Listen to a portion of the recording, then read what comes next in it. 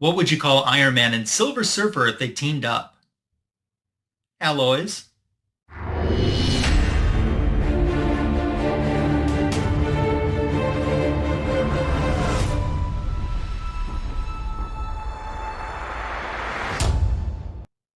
Hey, how are you doing?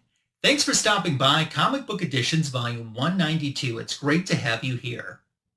I don't have a lot of books in today's video, but I think I have some great books, including one that I was starting to believe would never come into my collection.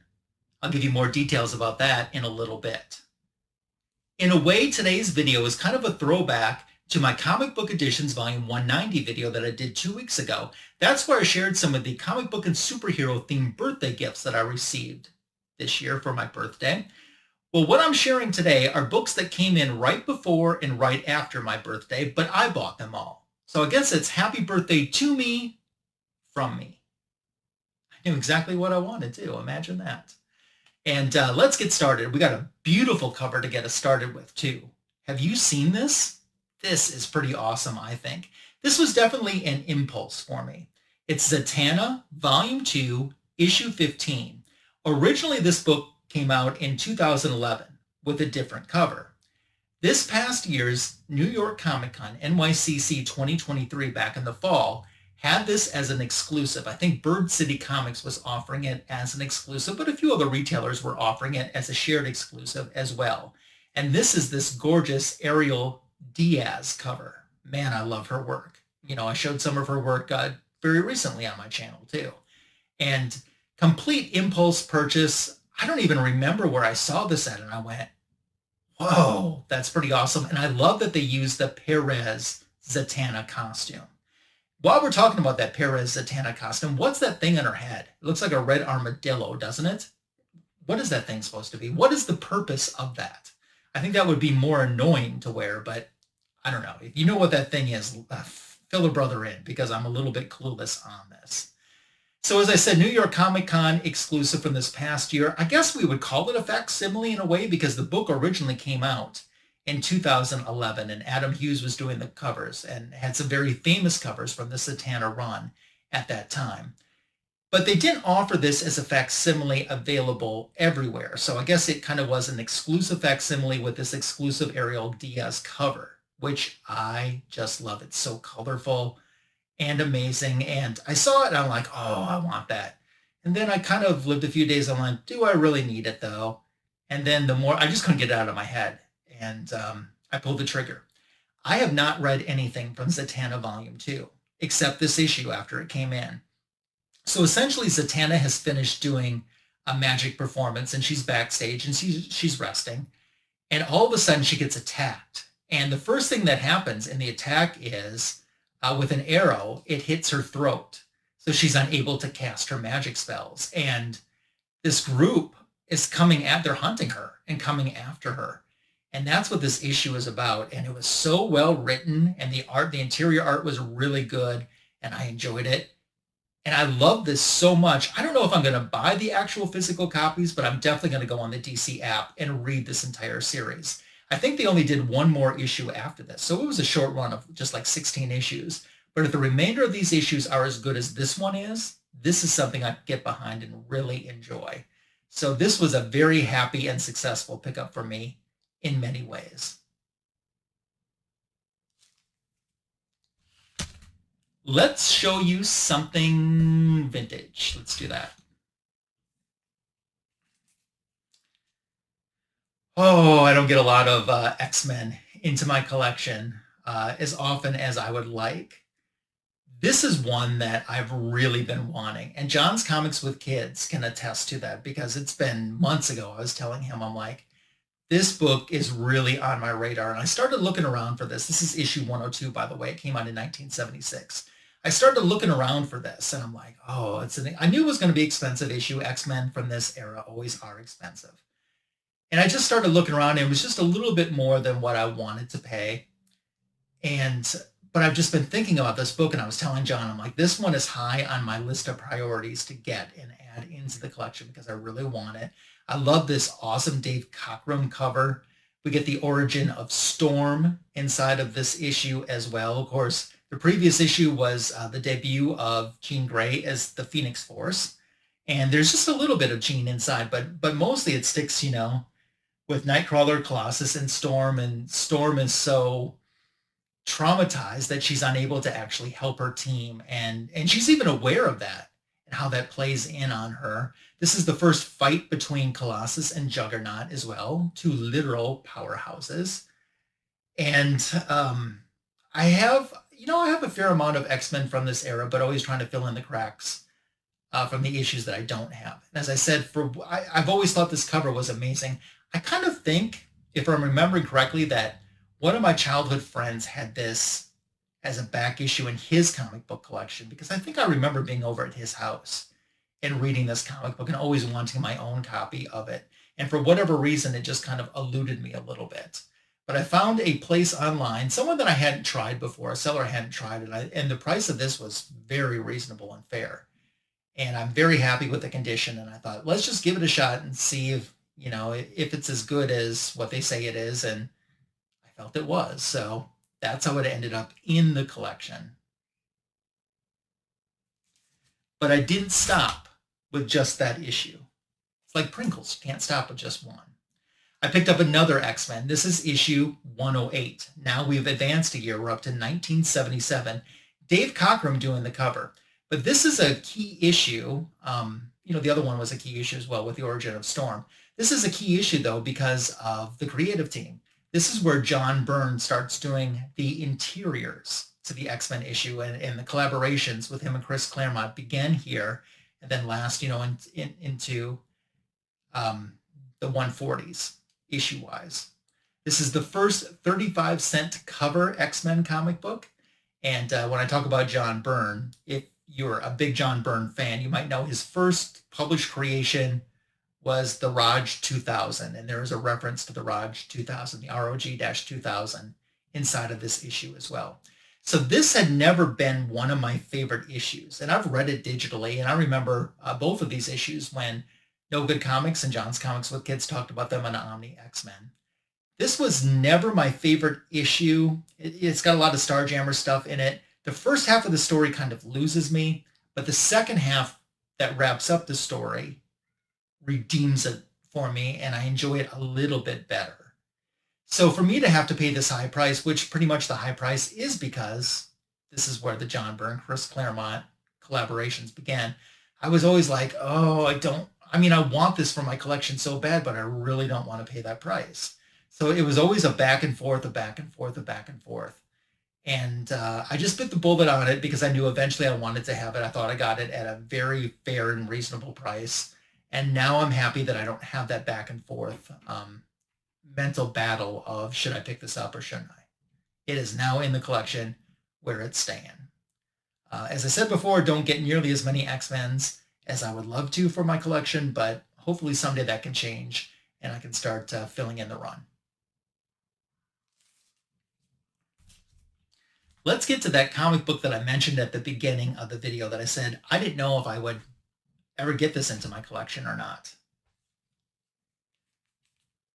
Got one now. It's an Iron Man 128. We're at 1979. Bob Layton doing the cover on this issue. The classic Demon in a Bottle. This is part 9 and kind of wraps up that Demon in a Bottle storyline.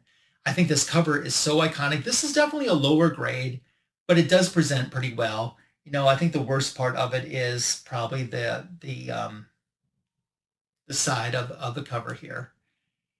I'm happy with it though. I got a very good deal on this as well. This is the last issue that John Romita Jr., JR did during this portion of his run on Iron Man. Jerry Bingham would come up and in a few issues and start to be the regular Iron Man artist after him. I had never read this story before. I got a few other parts of the Demon in a Bottle storyline, but I had never read this particular issue before. And I thought it was really good. I can see why this story is so iconic. And I mean, they really kind of took some adult themes. And when I say that, I mean, we're talking alcoholism and dealing with that and put that into a comic book, that isn't necessarily geared for adults, at least at that time. The interaction between Tony Stark and Iron Man and Jarvis was very interesting because in the previous issue, you know, when Tony's drunk, he has a kind of an altercation with Jarvis and hurts his feeling, and he quits. And this is kind of dealt with in there. And because he's desperate for money, gets rid of some of his Stark International stock, which ends up someone else buying that, and Tony kind of realizing that he's losing controlling interest of his company. This is such an iconic cover. I wanted it, but I had a certain budget. Like, I wasn't going to go crazy for this book budget-wise. And this is one of those chances that I've talked about in the past on my channel. Sometimes books come into your life at a particular moment. You have to be open to that. And I thought, I'm never going to get this chance to get this book at this price. So if I really want this, this is the time to get it and to scoop it up. And that's exactly what I did. And I'm pretty stoked about it. Yes.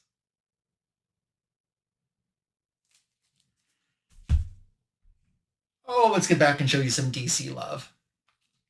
You might have thought last week in Comic Book Editions Volume 191, when I was catching you all up on my Justice League of America comic books and how my goal was going, that I was done. Well, in all fairness and honesty, at that time, I thought I was done. But I've gotten another one now. And JLA 115 came out in 1975. This is a Nick Cardy cover. We have an original story in here, and then we have a 3-part Justice Society story that was originally presented in All-Star Comics number 44, reprinted in here. And then the story from Justice League of America number 40, also reprinted in here. So 100 pages of goodness, a big old giant, 100-page giant here. I have talked about that the covers from this era, which are all very busy like this with a lot of characters and sometimes paneled out, I get a lot of these covers confused, one for another. And now I have all of the covers from this area. So maybe sometime I'll do a video or a short or something, or some maybe on Fanboys or something. I'll show all of those covers in a row so you can see, and maybe you can understand a little bit more how misleading or misconfusing some of these covers can be. So I'll try to do that sometime in the near future, though. This is the highest numbered Justice League comic book that I needed for my collection. So now that I have this, that means 94 is the highest numbered Justice League comic book, not in my collection currently, that I need. And you know, that takes me down on the list because the goal is 12 Justice League comic books a year for this year and the next following 2 years. Then I'll have the 36 I'm missing and complete the run in the collection. Gets me one step closer. I'm definitely hoping not only to go one step closer, but to get some more Justice League books and share those. Even if I go beyond 12 this year, I'm definitely good with that. You know, strike while the iron is hot. That's the plan. This was, along with issue number 4, which I showed a few months ago in a Comic Book Editions video. And then John's Comics with Kids A-OK'd Me, issue number 5, which was in Comic Book Editions volume 188. Those two and issue 115 were probably the 3 biggest JLA books that I really was hoping I could get into my collection in the first year of this 3-year goal of completing the run. And now I have. And the only reason this one was in there is because it's the highest one up. It's like try to get the lowest ones and the highest one up. And plus this was the only one over issue 100 that I was completely missing. Not anymore. Still have something else to show you, but first I want to say if you're new to my channel and haven't subscribed yet, I hope you take this opportunity to do so. Liking my video on the channel is a great way to show support. The algorithm loves it when you give it a like, a heart. Sharing the channel or the video with someone else that might subscribe is another great way to help get me to the ultimate goal of 1,000. Can't do this without you, and truly wouldn't want to. In a few moments, I'll be asking for your comments on this video as well, too, because I always enjoy reading those. Thank you to everyone that so faithfully comments. And then sometimes I get some new people that comment on my videos, and I'm like, oh, that's pretty cool, too. So it always feels good to see your channel growing, even if it's a little bit of a slow grow. It's still growth, and I recognize that, and it's still fun for me. So thank you. I want to throw back to my Comic Book Editions Volume 189 video. That was an all Dazzler haul. That video did quite well for me. How about another Dazzler book? So this book came out the day that video was published, so that's why I didn't have it in time for that full Dazzler haul. Have you seen this before? This was a 1 in 25 incentive ratio variant for the X-Men 130 facsimile that came out that day.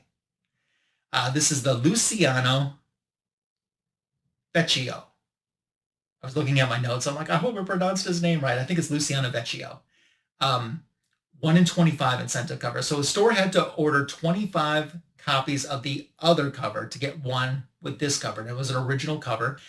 I'm not really familiar with a lot of the facsimiles having ratio incentive covers that are brand new original artwork to them. That's kind of a different concept. I thought this was a great cover when I saw it, but honestly, when I saw it in person, it was even better. I love that they only focus on the main core characters from the original cover of 130. And, you know, Cyclops, Phoenix, and Nightcrawler, and then Dazzler as the star, as she should be, because 130 was her first appearance. But I thought this cover was cool when I saw it online, but when I saw it in person, absolutely stunning. This is such a no-brainer for my collection, and I'm so incredibly happy that I did and was able to pick this up and add this into the collection. By the way, if you haven't seen that All Dazzler haul from Comic Book Editions Volume 189, I hope that you'll watch that when this video wraps up. There's some stuff in there that, a couple rare Dazzler books that maybe you've never seen before, or if you have seen, you don't see quite too often. Some imported books too from France. So check that out if you haven't yet. And for the funsies of it, I will show you that, yes, I did pick up the regular A-cover facsimile for this, and I did pick up the foil facsimile for the book as well. You know, one thing, I thought for sure that they were going to have like blank sketch variants for this, but at least to the general public, they didn't. I don't know if is there a retailer that has a blank sketch cover exclusive for this facsimile? Because if there is, let me know. I want to order a couple copies. That's the only thing that bummed me out. I'm like, I wanted to get a blank sketch cover because it would be cool to get someone to commission some Dazzler for me in the future. So that's the only thing that bummed me out about this. But I've reread, you know, issue 130 many times in my life. I do own an original copy of it too. And every time, including when I reread it in this facsimile, it still was a treat and a joy for me. What was your favorite book out of everything that I showed today? That's what I want to know in the comments below. Do you have any of these books? Are you searching for any of them? What's that thing on Zatanna's head? I want to dialogue about all of this Demon in a Bottle, X-Men, and more, Justice League with you in the comments section. Looking forward to reading what you have to say about today's video. My back issue of the week YouTube short dropped yesterday morning, 60 seconds about a back issue in my collection. I would love for you to check that out as well. My back issue of the week YouTube shorts have been doing quite well. As a matter of fact, like the last 9 consecutive weeks, the views have all been, you know, in the hundreds, 200s, or 300s, which just floored me. You know, even last week's video with Adam, you know, did as well as it did. I thought that, you know, I'd be lucky if that thing got 100 views, and you know, it got into the 300 views in like, I don't know, 6-7 hours after it dropped. So that kind of blew my mind. And that literally is a short. When you feature Adam in a short, it's a short. Fanboys Live and the Retro Review with Comic Food 2814 and Signature King Tony Fett on my YouTube channel this weekend. We are doing the Watchmen original series, and we've been working on that for a while. So this will be part 3 this upcoming weekend, covering issues 7, 8, and 9. So join us for that 8:15 p.m. Eastern, 7:15 p.m. Central Sunday night, the greatest DC Comics show on YouTube. We'd love for you to be there with us. You've come to the end of my Comic Book Editions Volume 192 video today. Thank you for making it all the way to the end and for your friendship. Have a great, successful week, and I look forward to visiting again with you soon. Take care.